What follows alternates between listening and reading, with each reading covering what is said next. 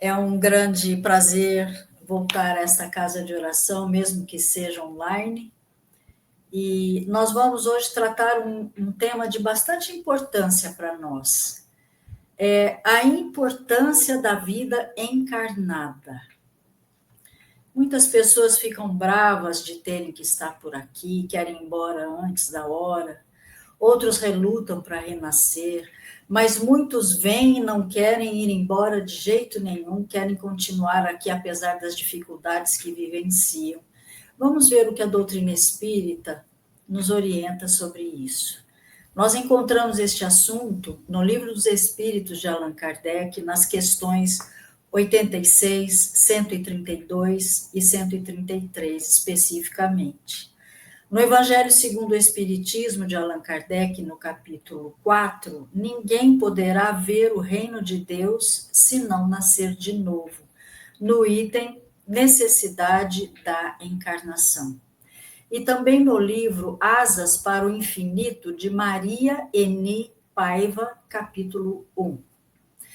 Então, nós precisamos nos lembrar de que os três pilares fundamentais da doutrina espírita estão na ideia ou no conceito de Deus, existência de Deus, a criação dele, espírito, todos nós espíritos, e a evolução. Então, esses três pilares, Deus, espírito e a evolução.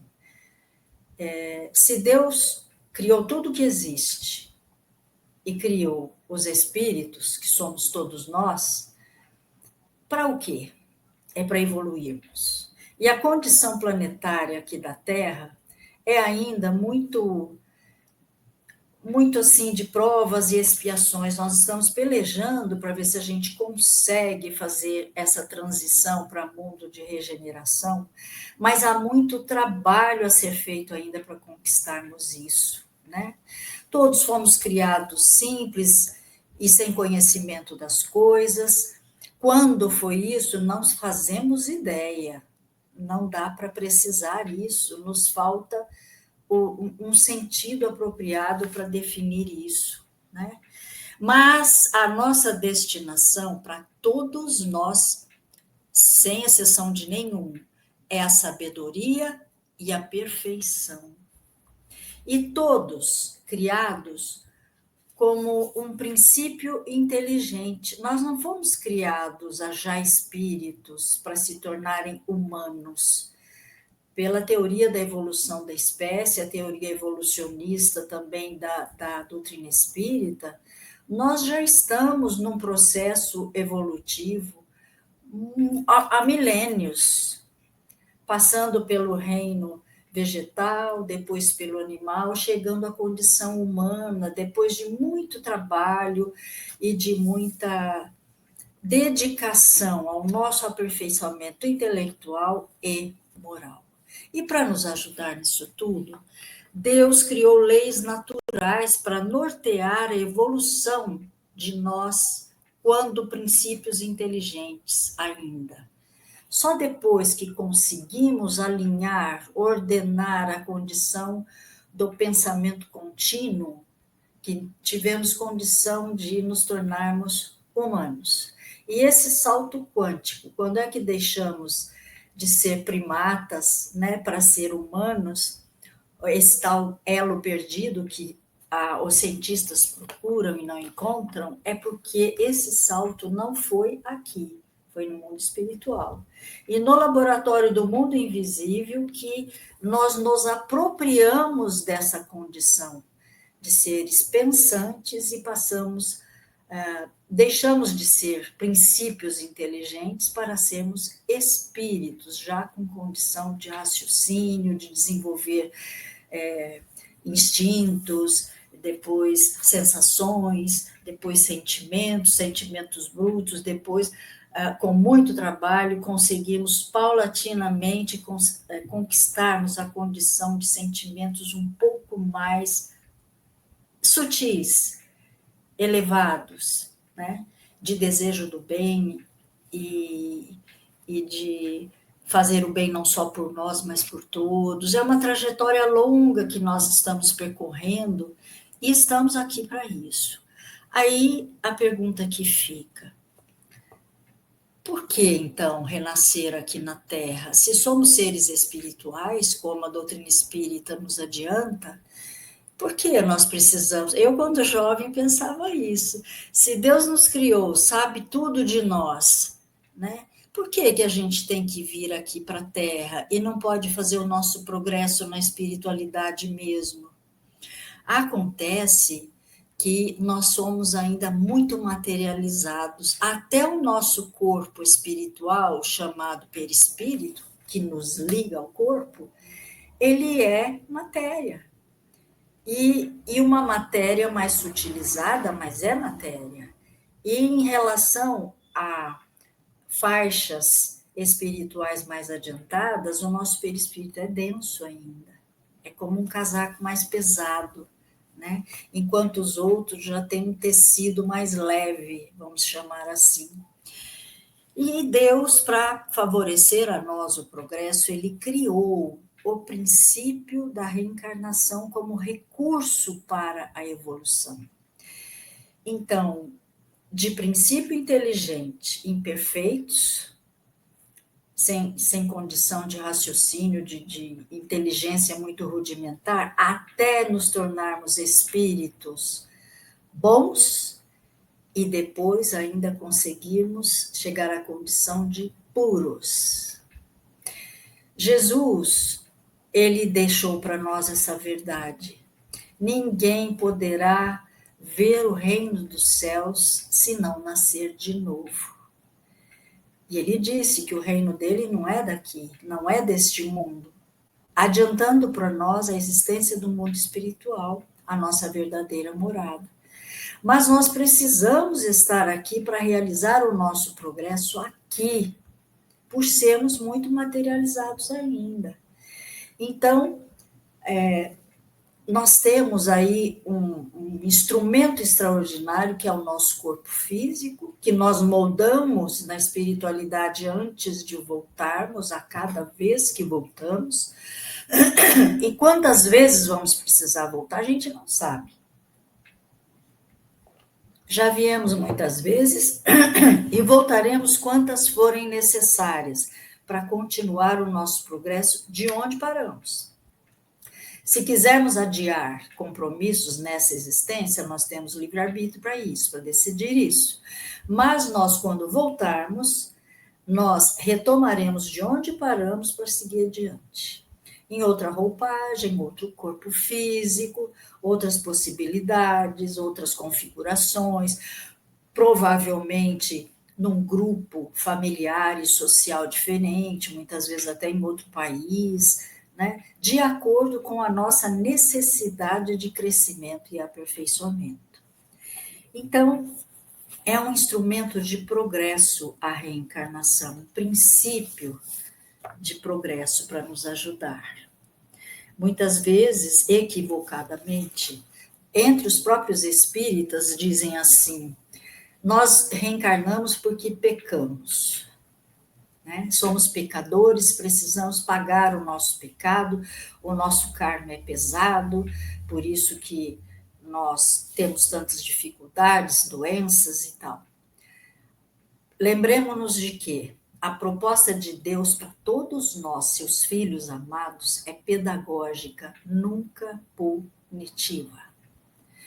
Nós reencarnamos para aprendermos coisas novas e corrigirmos as que erramos. Nosso Pai é misericordioso, justo, bom, nos dá oportunidades o tempo todo. Haja visto aqueles que erraram muito e que desencarnam em condições difíceis, de rebeldia, de erros graves, né? Não são abandonados, não são. São acolhidos a partir do momento em que elevam o seu pensamento e dizem: Deus, socorro, me ajuda. Me ajuda porque eu pequei e sozinho eu não vou dar conta. Quantos casos nos livros psicografados nós vemos nessa condição, filmes que já foram publicados, né? Já foram lançados, que nos dão essa ideia viva de como é a vida espiritual. Nós continuamos sendo nós mesmos. Desencarnamos muitas vezes em condições muito difíceis, precisamos voltar e nós lá não aguentamos, quando voltamos para a espiritualidade, não aguentamos a nossa realidade espiritual, porque é densa, é difícil, somos perseguidos como somos aqui também. Só que aqui, bem ou mal, a gente sabe como fazer as coisas. No mundo espiritual, são outros os mecanismos. Aí nós imploramos. Muita gente que diz eu não pedi para nascer está equivocado, porque nós muitas vezes imploramos uma possibilidade reencarnatória. A vida encarnada para que os espíritos possam cumprir os desígnios de Deus por uma ação material. Porque o que se aprende aqui, na vida corpórea, é atributo de espírito, que vai com a gente para a eternidade. O saber e o desenvolvimento moral que adquirimos, ninguém nos toma. Nos tomam tudo o que é material, as pessoas não são nossas, não viverão conosco eternamente, né? Mas o nosso corpo se estraga, se destrói, mas tudo o que realizamos de bom, os afetos que conquistamos, o saber que desenvolvemos e o moral que elevamos é atributo nosso, espiritual, para o resto da eternidade. E com tendências a cada vez mais se melhorar, se desenvolver. Então, a vida aqui na matéria, resistamos e persistamos, porque é um período rápido. O que são 60, 70, 80, 90 anos para a eternidade? É um minuto, né?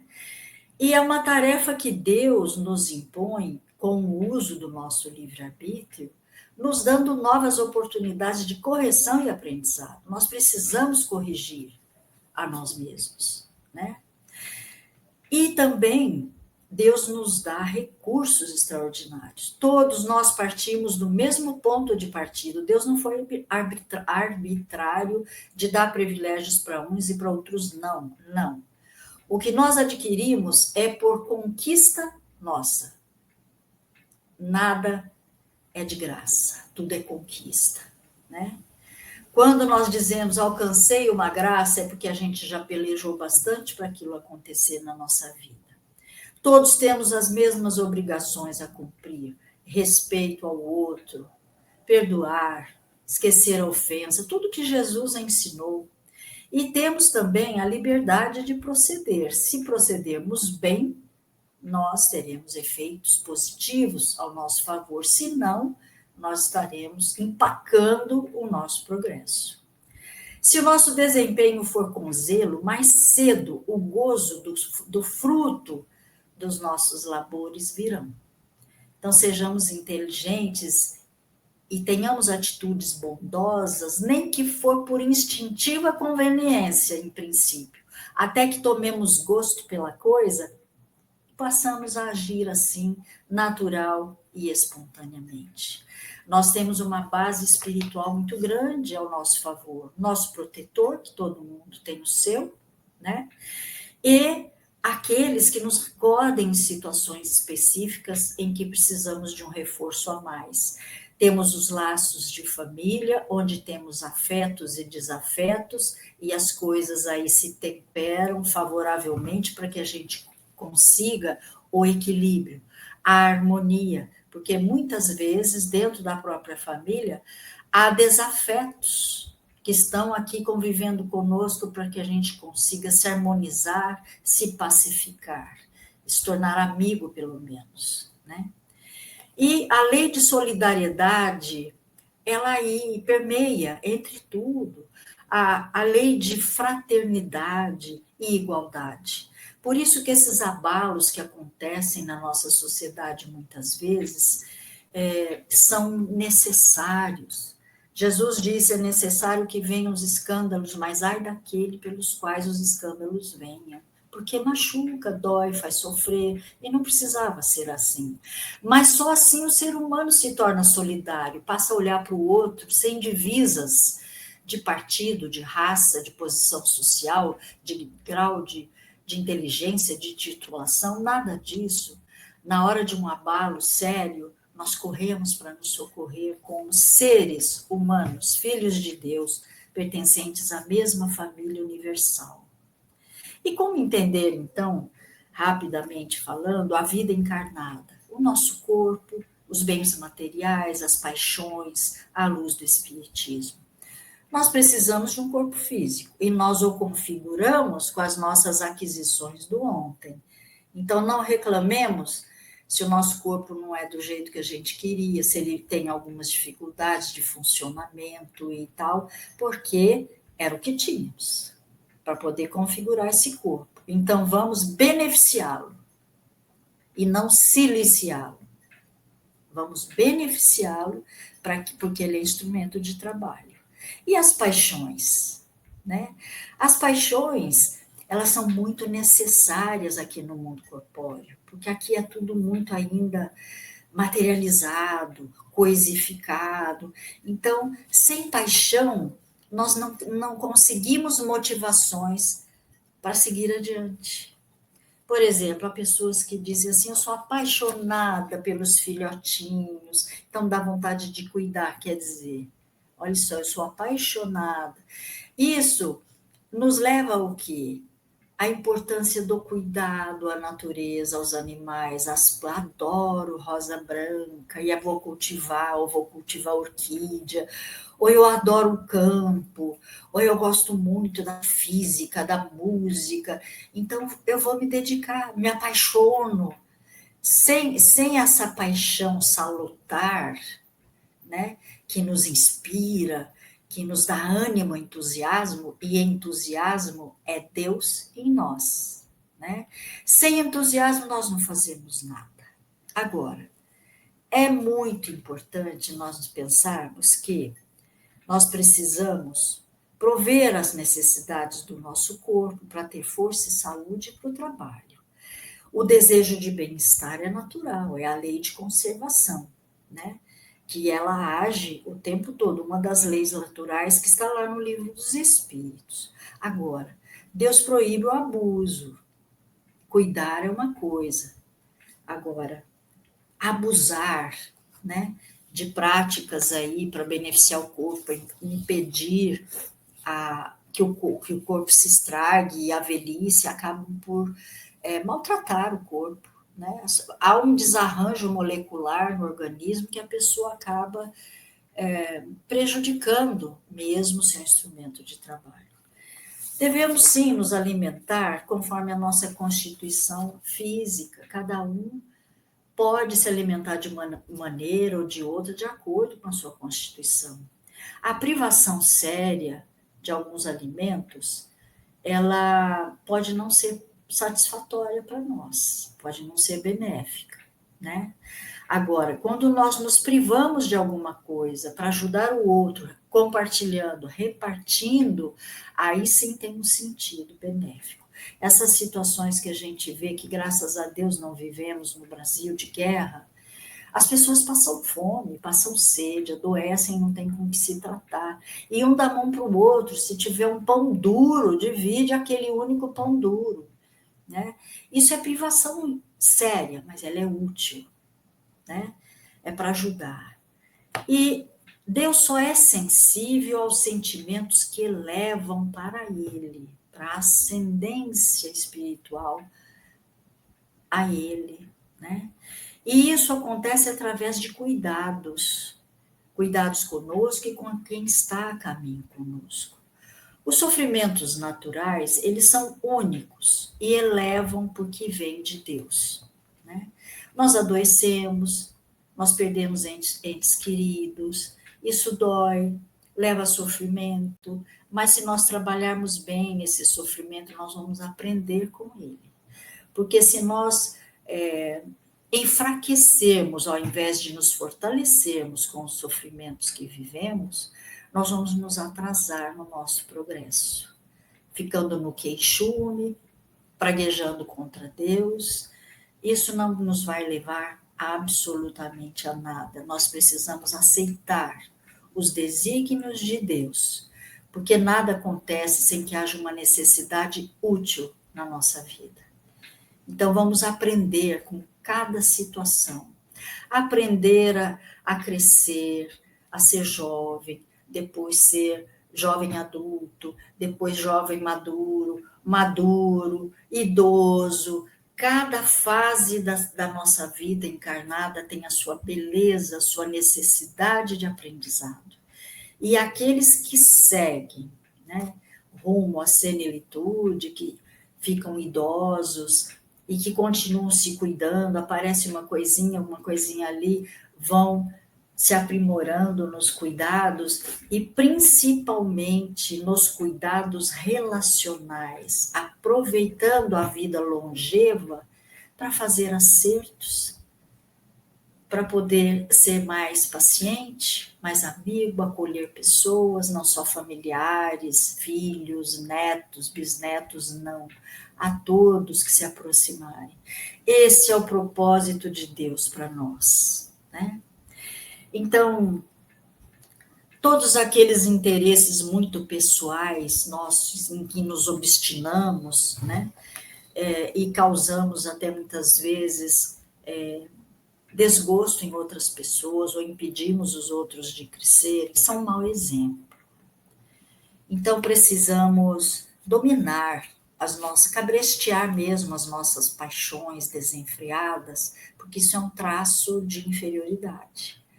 Agora, quando nos apaixonamos para nos elevarmos e conseguimos beleza, conseguimos musicalidade, conseguimos inspirações para fazer o bem, isso é bom. Isso é um bem, né? Vencer as paixões é vitória do espírito sobre a matéria. Qual que é o meio de vencer essas paixões perniciosas? É a prática da abnegação. É nós acolhermos as pessoas que estão à nossa volta, compreendermos os limites dessas pessoas, o que elas conseguem, até onde elas podem ir ou não, sem julgo, sem querer dominar, sem querer ditar normas e regras para as pessoas. Não. É caminhando junto, trocando ideias, sendo manso e pacífico, como disse o Cristo. Ele disse: ninguém poderá ver o reino de Deus se não nascer de novo. E nascidos,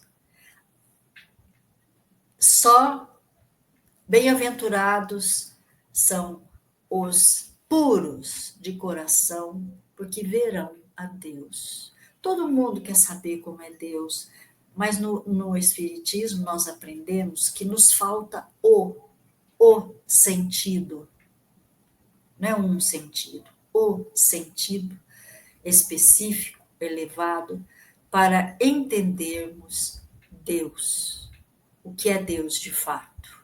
Além de ser inteligência suprema e causa primária de todas as coisas, né? Como está lá na questão número 1 do Livro dos Espíritos.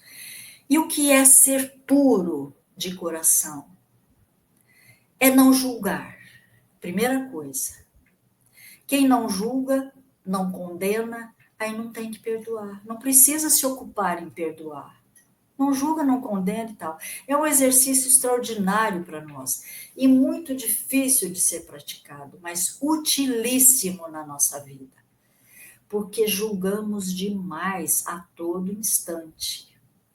Tudo que vemos, ouvimos, nós já colocamos o nosso julgo ali e acabamos por nos distanciar muitas vezes das pessoas, ao invés de nos aproximarmos. Jesus perguntou para o fariseu que o interpelou na parábola do bom samaritano: quem foi o mais próximo do homem caído? Aquele que prestou ajuda a ele. Então, olha que interessante. Nós entendemos, ama o próximo como a si mesmo. Quer dizer, o próximo precisa se aproximar de nós para nós ajudarmos. Mas quando Jesus fala para o fariseu, qual destes homens foi o mais próximo do homem que estava caído na estrada? Nós precisamos aprender a nos aproximarmos das pessoas. É esse o chamado de Jesus. E é para isso que nós estamos aqui na Terra. Porque a prática da abnegação nada mais é do que aquela fala, né, que está lá no Evangelho segundo o Espiritismo. O que fazer, então, para ser puro de coração, para ser abnegado?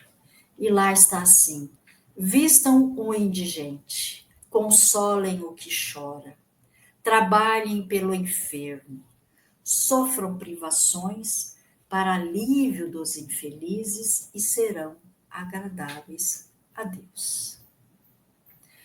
Nós estamos na vida, não é a passeio, não.